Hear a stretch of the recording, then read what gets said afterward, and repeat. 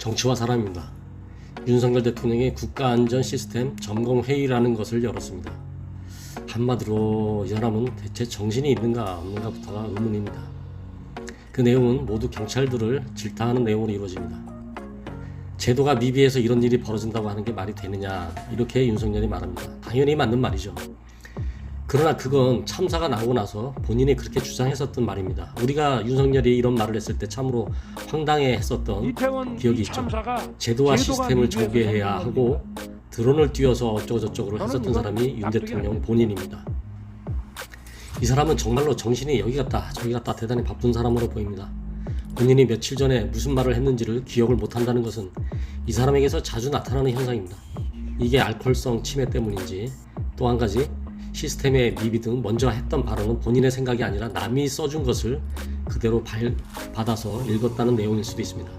원고를 누가 써준다고 하더라도 적어도 그 의미 정도는 파악을 하고 방송에서 말을 해야 되는 것인데, 이 사람은 기본적으로 뇌의 역량이 따라주지 않는데도 불구하고 항상 아무런 준비도 하지 않습니다. 그리고 그걸 항상 아무 영혼 없이 그냥 내려 읽어가니까 하루 이틀 지나고 나면 본인이 이전에 무슨 말을 했는지를 몰라서 했던 말과는 정반대의 말도 아무 생각 없이 하게 되는 것입니다. 이런 케이스가 한두 번이 아닙니다. 윤석열은 대체적으로 자신의 뇌 속에 있는 것을 하지를 못하고 주로 수염도사 천공의 지시를 따르거나 김건희의 지시를 따르는 것으로 보입니다. 물론 지시의 흐름은 천공에서 김건희에게로, 그리고 다시 윤석열에게로 연결이 되는 것이겠죠. 이번 이태원 참사에 있어서 윤석열이 보여준 것은 제 기억에는 딱 두 가지만 각인이 되어 있습니다. 하나는 6일 연속 참사에 조문을 갔다는 겁니다. 또 하나는 회의를 주재해서 경찰들을 호통치고 질타했다는 것입니다.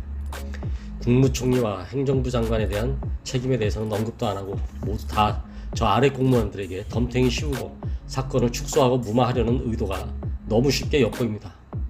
이 사람의 가장 큰 문제는 항상 이거죠.